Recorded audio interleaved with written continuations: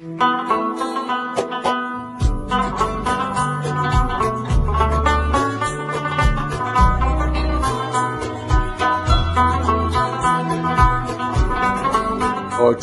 دا پروګرام چې نن موږ کوم جوړ کړی نو دا د تحصیل ایډمنسټریشن د طرف نه د هیلث ډپارټمنټ د طرف نه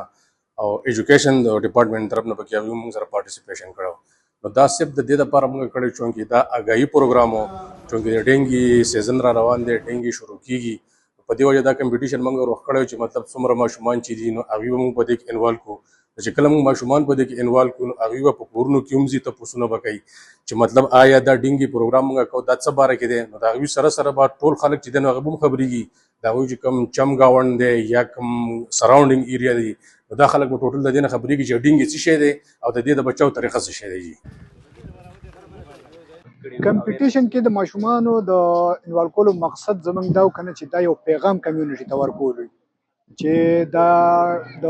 کوم د ډینګ نه د بچ کېدو څه طریقه کار دی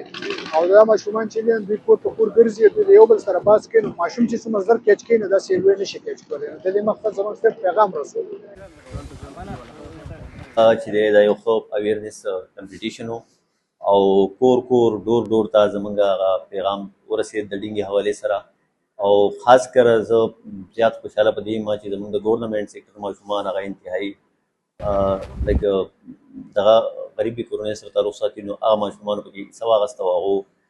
تحصیل ټاپ کړو او خاص کر زموږ د فیمیل دو ماشومانو چې یوه دغه وه د میرید سکول و هغه